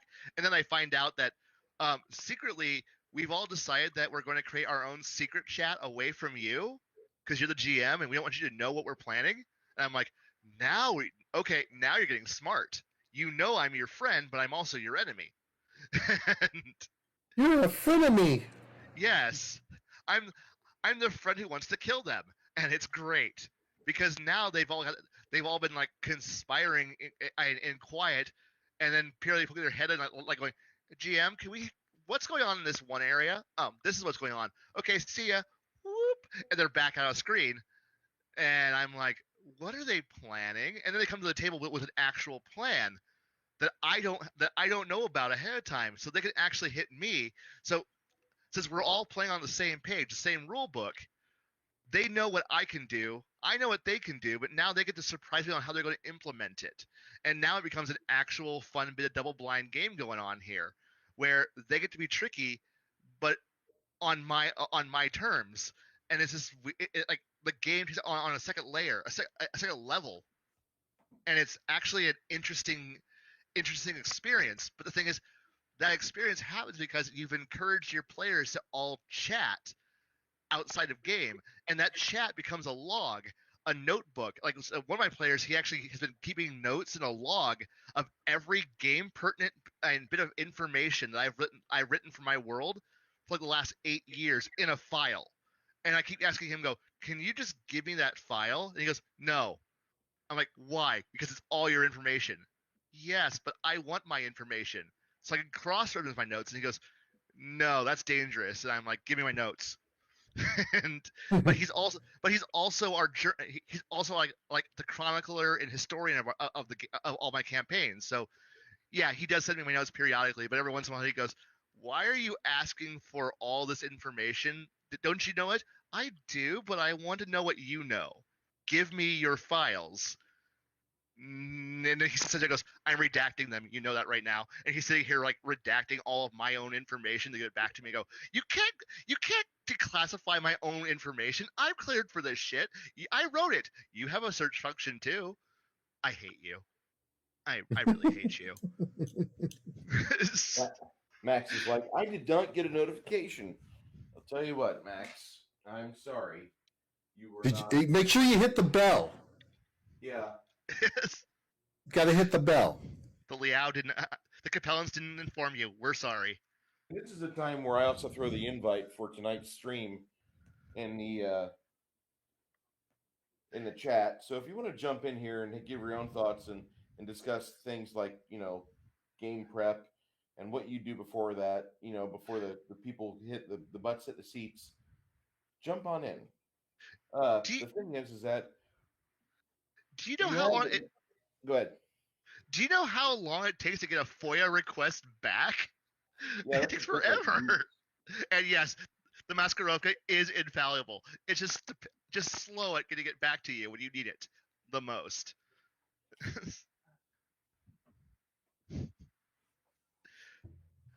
I need a Capella Confederation flag back there to replace the pirate flag, but I haven't been able to find one in the right size yet.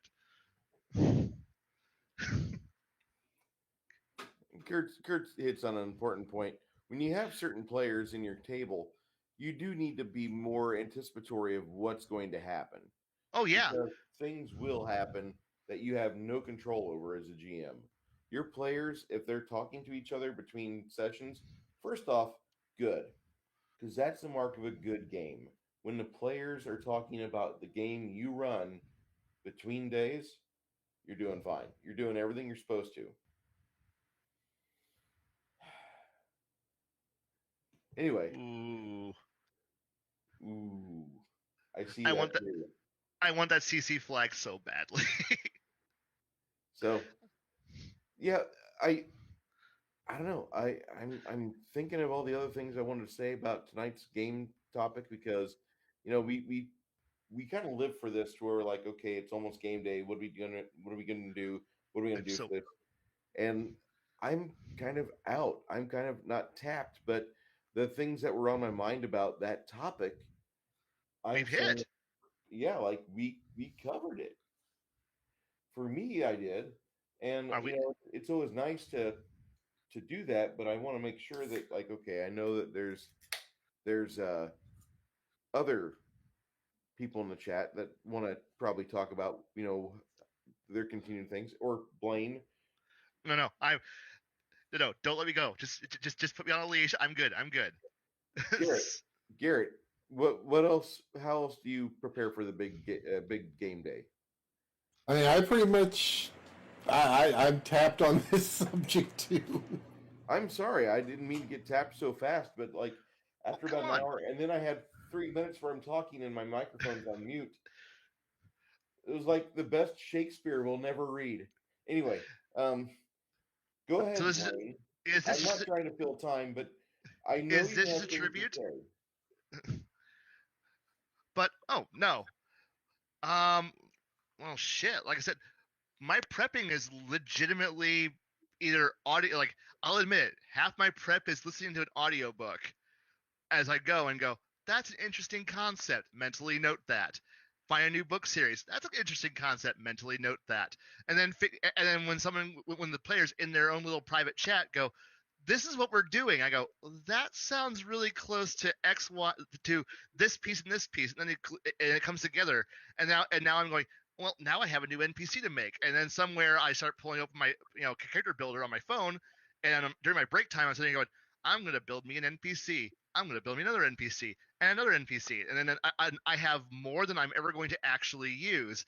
Or they go, we're going to go deal with the Duke of this land. And I'm like, I have no idea what that Duke is going to be like. Then I just go wandering off and go, huh, and then go pull out, a field guide and go, well, this guy sounds pretty accurate. Now I have a personality for that guy. The thing is that the only reason why I can do that is because I've read all these books. I know what I'm grabbing for. I know if I grab a history book, I'm going to pull open, some manual. I'm going to pull open a guide, a novel, something, and I'm just going to grab information. Like I'll pull open a notepad. It's got lists of names and personality quirks. I'm putting the prep work ahead of time so that way, because I will often be dead on my feet, brain dead, just not able to think and put two and two together because I just pulled another 10-hour shift and now I got to run for 5 more hours, and I'm just going to be like, I have no brain power. Please help. Caffeine can only go so far. But because I put all my prep work in during my few sane hours of rational thought, I can just go pull up my own notes and go, that sounds pretty good. And then they go, wow, this game's so well done. And I'm like, no, this game is being run by a madman, and and you're living only based on my absolute fickle whims. But if you think my game is actually well run, I'm doing a good job because remember, you never don't say the quiet things out loud, which I'm doing right now. So this is a different environment. One, we're not your players. No, and I'm happy for that. And a few of them are like, "Can I have a link to your into this chat screen?" Like, no, because one, half of you are under 18, so therefore, no, cussing is not allowed for around you people. When some of you become able to drink with me, then I get to tell you all the fun stories. and there's a few of them who I keep going, hey, you want to go out for a drink? So I can actually tell you what actually happened. And I feel the alumni are like, tempting, but we all have our own lives. I go, your loss. I would have bought the first round, asshole. But hey, I'm going to the bar. Fuck you. There's some really decent bars in the Heights. Is that the area around whereabouts you still out there? Yeah, I still frequent out there. But the thing is that I'm willing to drive anywhere in Peoria to drink. So therefore, it's not that big a city. It's a nice city. It's just not that big, which is okay. And we got way too many microbreweries now, so therefore there's 100 flavors of bad beer to drink. And they even have a bar now where you basically you get a cup and you get this little chip thing, and you put the chip up to it and it measures the amount of beer that you actually get, and you're charged by the ounce. No. No. Yeah. The beer Yeah. needs to come in. Beer should only come in one size, pint, and that's about all you should deal with. Well, it is a pint glass, but you get charged by the ounce. Fuck them. No. You're a bad bar. Do not Bad bar. do But- not do but not the- receive further operations. The plus side is it is near a game store. So Which one? Which one? Cabbages. Okay. All right. There's actually a couple Still going, bars, right? so huh? Just for fun, it's still going there, right? Yeah, it's still going. Yes. Yes. Now, It's still- Mike no longer runs that one, correct? No, he still runs it, I think. Yeah. Okay. As far as I know. I was told he was out of the scene, but that makes me happy because he was a good game store owner. Sorry, chat. We're talking about Peoria, Illinois. His beard's gotten quite white now. It's more salt than pepper now. I totally understand this. I didn't mean for that to happen either. No I woke worries. up one day and I got up and my back popped, and then I sneezed and I felt my sternum disconnect, and I realized I was old. Yup. So It's like- go ahead. Periodically, I keep wanting because the fun part is like, and I miss doing this because like I used to have a group I ran for who we were like, where we all gamed at my place, but then we all would go, you know what? It's like 6 in the evening. You all want to go out to the bar and continue and like find a table in the back corner and just talk, kind of game. AKA someone pack some dice if we need it, but we're just gonna go back and just bitch, and we all end up in the back corner of the bar, and we're still kind of playing, but it's more like 4 or 5 drinks later, it's just simply going fuck you, and the game becomes a lot more interesting. But I miss I miss being able to just relax and not have to be the guy in charge and just go, nah, I'm just gonna have some fun and just like world build, world think, contemplate some weird esoteric idea and have someone go, give me some bar thoughts. Those are the best thoughts because your mind is no longer like you're more relaxed and you start thinking about stupid, strange details, and that's fantastic. I want that, but I need to find players and or GMs who want to go out drinking on like a Friday night or something.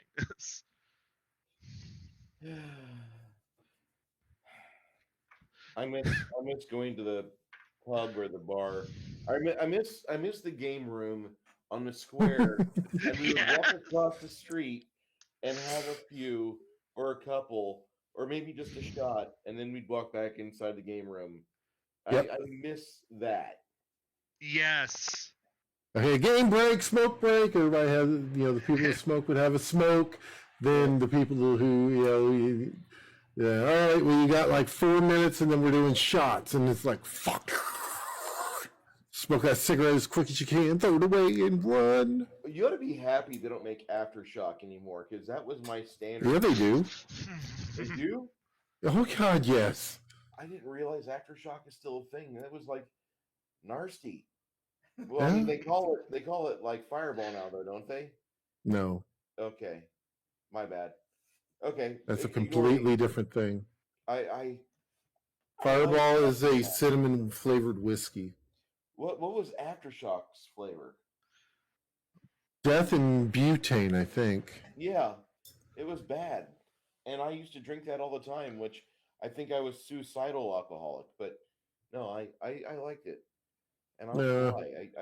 I got nothing for you, chat. I have no idea why I drank a lot of Aftershock. It put me down fast. I mean, truthfully, I think we've kind of beat this one to this We is a have. short one. This is a short one. I think we've beat this horse as bad as we can. I mean, unless anyone's got anything they want to like throw in at us, just Yeah. please. Yeah. Black Cross asks us, how do we plan for a magic die roller? Well, you look at that. Whenever somebody's having way too many good die rolls and like natural 20, natural 20, natural 20, and you're not able to actually physically view their character, you start playing it like UFO, XCOM UFO defense, where Oh, if you have yeah. too many successes, like you've tiered up into the next grouping of threats, but your character has not leveled up enough, so you are going to probably experience pain, and that's what you do. I have a solution to that one that I've kind of actually adopted. Go ahead. The thing is, again, because I've been grounded by having, rules lawyer actually being, teaching me how to actually game with rules, not just by whatever I feel like today, due to mental exhaustion. I tend to usually call them.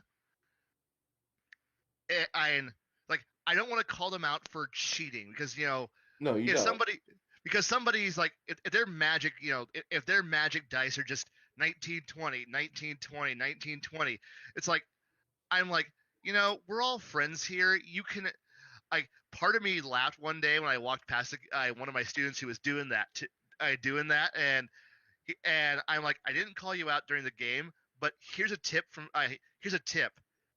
fail some rolls every once in a while. Yeah. And he's like, what? And I'm like, I'm not saying anything, but fail a roll every once in a while. You can't crit everything, my friend.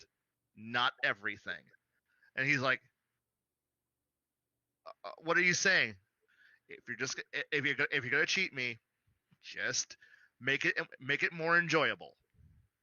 And he got the point right then, because I didn't confront him in front of everybody else. I didn't say I'm going to throw you out of my game. But, and the thing is that when I was talking to my cohort in crime about this guy potentially cheating, and he was like, yeah, I know he is too. And they're like, so what are we gonna do about it? And he's like, nothing. And I'm like, all right, because all he's telling me is that if everybody's going to actually play with the rules, play by the rules, and let the dice actually determine their fates, go ahead.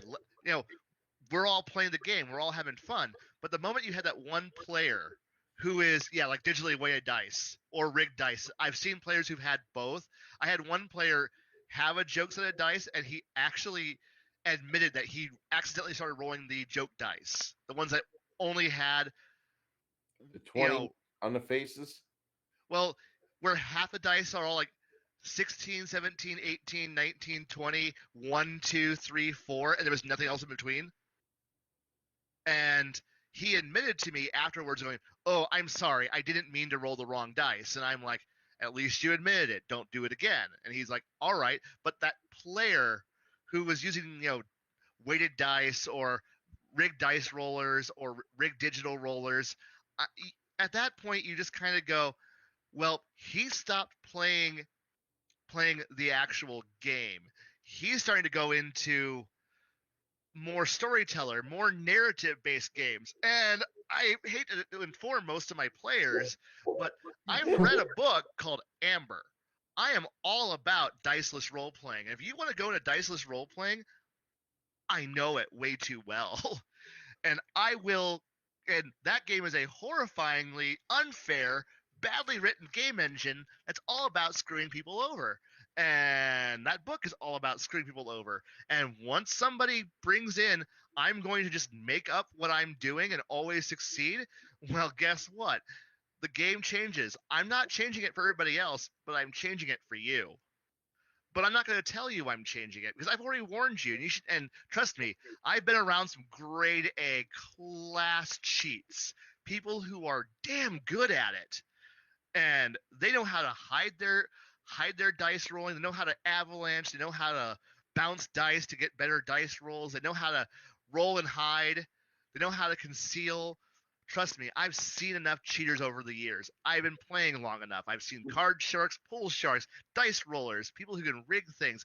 I've seen it. I can tell. But I'm not going to call them out. If they want to play the game differently, I'm not throwing them out, but I'm not going to ruin everybody else's fun because of them. And so things are going to become a little harder for them, a little more challenging. Things are going to hit them, focus on them, and it's going to be interesting for them in ways that they can't realize, or they won't. Okay. Yeah. To speak to Go, Curtis directly, I have seen him when he talks about magic dice. It's any die he touches, because he will actually switch out dice every time he rolls, and he is consistent with what he rolls every time. Yes. It's scary. Okay. I gotta say hello to my co-host or the primary host in our Sunday stream, Mocking Draws.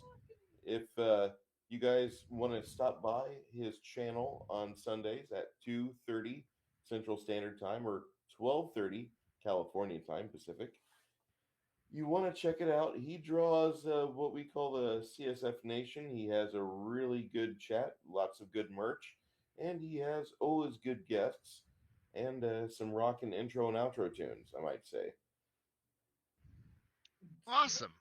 Okay, so uh, I've never known that about Kurt. I just know him from playing on the web, and No, yeah. he always seems to roll high. I think maybe 94% ratio over 15 on the D20. Yeah, and Just he's good. one of the ones that's legit with it. Yeah. Hey, cool. Some people are born lucky. Cool. Enjoy them, because you know what? Every story needs to have a protagonist, and the guy who always succeeds, that's your protagonist. Yeah, And that's your bad guy right there. The guy that Or- always is hitting home runs. That's the one you got to look out for. yeah, and you know what? Sometimes, sometimes if someone's dice rolls make them the either encourage the player who just rolls really well all the time to be like the bedrock, the character who's just the dependable one, or encourage them to stand out in the front and be like, congratulations, you're now protagonist, or you're bedrock, and those are your two roles, and try to aim for that direction to push them in, and that's cool. Look, some people are just born lucky, and I love when I get one of them at the table. Unfortunately, there's people who want to pass off being magic dice, and I'm going, Oh yeah. no, you're cheating, and I know you are, because you're not even a very good cheat. Because at least know when to fake it, know when to fake a failure, so that way you throw everybody else off on the fact that you're cheating. I mean, don't con a con man here. I've been GMing for too long. I'm a master con man. You got to be a con man to be a GM. So True story, Seven Strangers Loft. We're probably going to wrap this commentary up, but we hope that you guys learned something or at least enjoyed our banter together. And it is banter. it is, and I really am digging this stream. But I do want to know, Garrett, Blaine, what do you want to talk about next week? Well, we're not talking about anything next week. It's Thanksgiving. Yes. Boo. Turkey Day, my one day off. I'm going to enjoy this month. And truthfully, I'm not sure about the second because I may be still recuperating from a hangover. We'll deal. We'll find something. Yeah, we'll figure it out. We'll figure it out on the second. Or we could always just, if we get a good idea in the next week or so from the chat comments, we might just grab that too. About that. Yeah. Sorry about that, John. We did start the stream at 7:30 Central Standard Time, and I thought we did pretty well. We adhered to the rules that we try to lay down, where we want to focus on this discussion topic, and or at least the first half hour. Yes. Yeah. Which is mostly Blaine. I'm sorry. But I encourage him to talk because I've got a channel that's 10 years old or 11 years old. You've seen me run games. You've seen things go right for me. You've seen things go horribly wrong. And I draw blank sometimes, even though I could just go back 7 years. Oh wait, here's my discussion topic that I could totally just cut and paste. And don't worry about the fact that I have black hair in this one. But yeah, this is our video for 2021. No, I'm not going to do that to you. But I want to I want to provide things that provide content to players and to people on the web. And Blaine, God bless you, but you don't have a channel and you've got a lot of things to say. I have a webcam I bought in 2010 and a headset I've had for years. I have no high tech, and I've always had roommates. So until this last year, I've never had the time to think about a channel. I have like 100 ideas for like rambling on endlessly, but time. So Yeah. this is a great opportunity for me to at least talk to people and Yeah. hand out information at your guys' prodding. Yeah, and the thing is that you are always you're for my purposes as I want to have a good panel. You're always complicit in the fact that like you'll be there, you'll be concise, you expound on things, and whenever you're able to just go off the leash and just run full bore at the fence, you do. I do. You just go straight for it. And I want to suggest you check out Legion of Myth on Sundays at 1 p.m. Central Standard Time. And I know that may conflict with other streams going on or other things going on, but I think that Max and Heathen Dog are going to be doing more to involve their chat. Although the chat people are telling Max, no, we come for the content. You have good stuff, and we want you to rant more. And he's like, but, but, and they're like, we want you to rant more. Hey, if I can find a gap in my day, if my Sunday can stay empty enough to make it, I'll make it because I like listening to their streams. I really do when I can. Yeah. They usually end up being played in the background while I'm driving, but yes. They are a good pair. They're kind of like a, I don't want to get political here, but they're a Hannity and Combs for D&D gamers. And yeah, he's like ranting is tiring. It is very tiring. It's exhaustive, but well, until you get Aaron the pedantic in there, and then that just takes all his wind out of the sails. I love Aaron. Aaron is untested yet. No offense to Aaron, but he's still a young man, and I just think that as he levels up in life, he's going to get more and more experience behind him. I'm not trying to say anything negative. He's highly educated, and that is very apparent. But the boy just needs to go out and do something, you know. And once he does, I think he's going to have some really good stories he can interpret into gaming for his groups. That's all I'm really saying. Oh my yes. Oh, if you ever get a chance, play with an investment banker. They are hilarious to play to actually game with. What? They are, and then one of my kids, he's an alumni now, but he has gone off and got an actual he is in university to become an investment banker. I have watched him go from a cocky upstart, just weird young kid to now he's working on getting his bachelor's, and his attitude and perspective has changed so much, and I enjoy the growth and watching somebody who I'm blue collar. I'll admit that. Some of my friends are academic.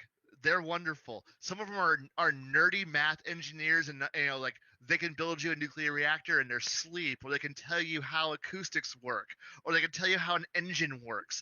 And they're just odd. I had one of my friends who he is now a clinical psychologist. He is not there to tell you, what's wrong with you. He's there to watch you from a one-way mirror in a lab coat and go, good, shock him again.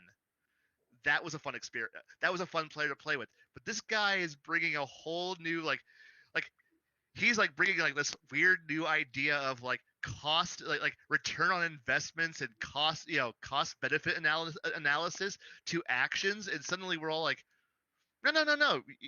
Figure out our budget. He's sitting here going, okay, so, and he takes this weird, almost clinical mentality to most of us like treasure. It's this thing that we earn and then we spend on this. And he sits down and goes, no, I have worked out how we're going to maximize our income for the next and we're like, no, we're just gonna give all our money to that guy and he's gonna handle all of our funding. And he's just I'm gonna pocket 10%. No, we expect that. you're our investment banker. That's your share. He goes, you're smart. And it's fun. Like, so it's fun bringing new people and new perspectives and new professions that we don't normally get when we're used to just playing role-playing games. Like, we're all just like, most of us, like, much like how the game room was, as I think how one person put it, a VFW hall with dice trays. Gave an interesting perspective that corrupted me, and then I went on and had more academics, and then I had more blue collars, and like this weird. But now, since I work with a private school, I get a lot of really weird upper end professions who are now being shown what gaming is, and they're bringing new takes on things that are just odd, and I love it. Yes, a statistician can be horrible, but when they're diabolical, it's great, and it's beautiful. I've seen what lawyers can do now at gaming tables, and I'm just like, you are a different kind of evil, and I like it. Also, never play Dungeons and Dragons with a diplomat. Just do not. Like, and retired ambassadors are not allowed to play D&D. That is not a good experience. You will hate it. Hey, All right, guys. Well, we are at that. Let me get a diplomacy game going. Oh no. Yes and no. But the first job is to go and crush the diplomat before he gets to play. Okay, Garrett, you want to wrap her up here? Yeah, because we're at that 2 hour mark. I think, like I said, I think we pretty much beat the horse to death. And if you'll do me a favor and take us out on some words of wisdom, and then I will cut tonight's stream and bid everyone good night. And go ahead, Garrett. No, I did it last time. It's Blaine's turn. Well, I don't have any wisdom. Haven't you listened to me the last 2 hours? There's no wisdom here. I forgot that's your dump stat. Damn it. Yes. Okay. Charisma and intellect. Those are my good stats. Dump is wisdom. I mean, guys, if you've got any questions, you can definitely feel free to, ask questions in the comments. You can, if you have enjoyed the stream tonight, regardless if you're watching mine or Bruce's, if on the ye old YouTube, go ahead and hit the like, and you can either hit that subscribe or that share. We definitely appreciate it. And definitely on Twitch, if you drop a follow, that is also greatly appreciated. We definitely appreciate. One thing that this is how I normally close my streams, and I think that it's, especially with Thanksgiving coming up, we're kind of giving thanks to those of you that have come and listen to Blaine rant for 2 hours, and that we have unleashed this on you. But I'm not sorry, but I'm sorry. And I actually got this from another good friend of mine who is from New Zealand. I'm gonna give you the full blown one here. So, time is a very finite resource, and you folks tonight have made the choice to give up a little bit of that time to hear three guys talk about how to set up a game.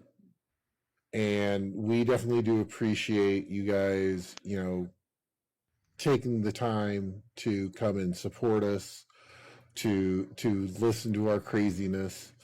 And, we definitely do appreciate each and every one of you for stopping in, for saying hi. We definitely appreciate it. So we will be back in 2 weeks. Lord willing, and the creek don't rise. But yeah, we will definitely be back in 2 weeks. We hope that everyone has a very safe and happy holiday for Thanksgiving here in the U.S. And we will catch you next week, in 2 weeks.